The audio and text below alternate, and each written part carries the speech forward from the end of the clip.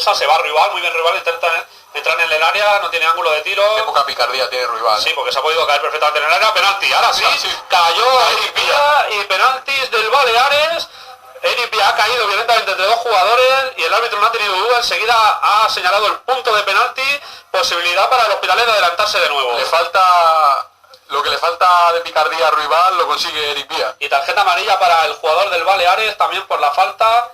Y todo el cuerpo técnico le ha dicho al capitán del Hospitalet, a David Medina, que vaya corriendo a protestar al árbitro a ver si podía sacar la cartulina roja.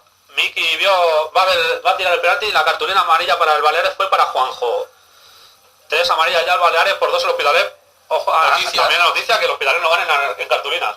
Pues finalmente el penalti lo va a tirar Raúl Torres. Y ahora hay que tener cuidado porque los porteros altos llegan muy bien a los palos. Cuando acierten el lado, sí. Es casi parada. Quizás más asegurar al centro, pero bueno, a ver cómo lo lanza Raúl Torres. Minuto 20 de la segunda parte, ya prácticamente el 21. Va a lanzar Raúl Torres, cuando el árbitro dé el ok. Le indican gestos a su portero los jugadores del Baleares. Ahí va Raúl Torres, toma carrilla hasta la frontal, va Raúl Torres, el remate, gol. Gol de Raúl Torres, engañó a Pliquet, lanzó a su izquierda, Pliquet se lanzó a la derecha y se adelanta de nuevo el Hospitalet en el minuto 21 de la segunda parte. Hospitalet 2, Guzmán y Raúl Torres, Badalona 1, Jaime. Pues se adelantó el Hospitalet otra vez en este partido.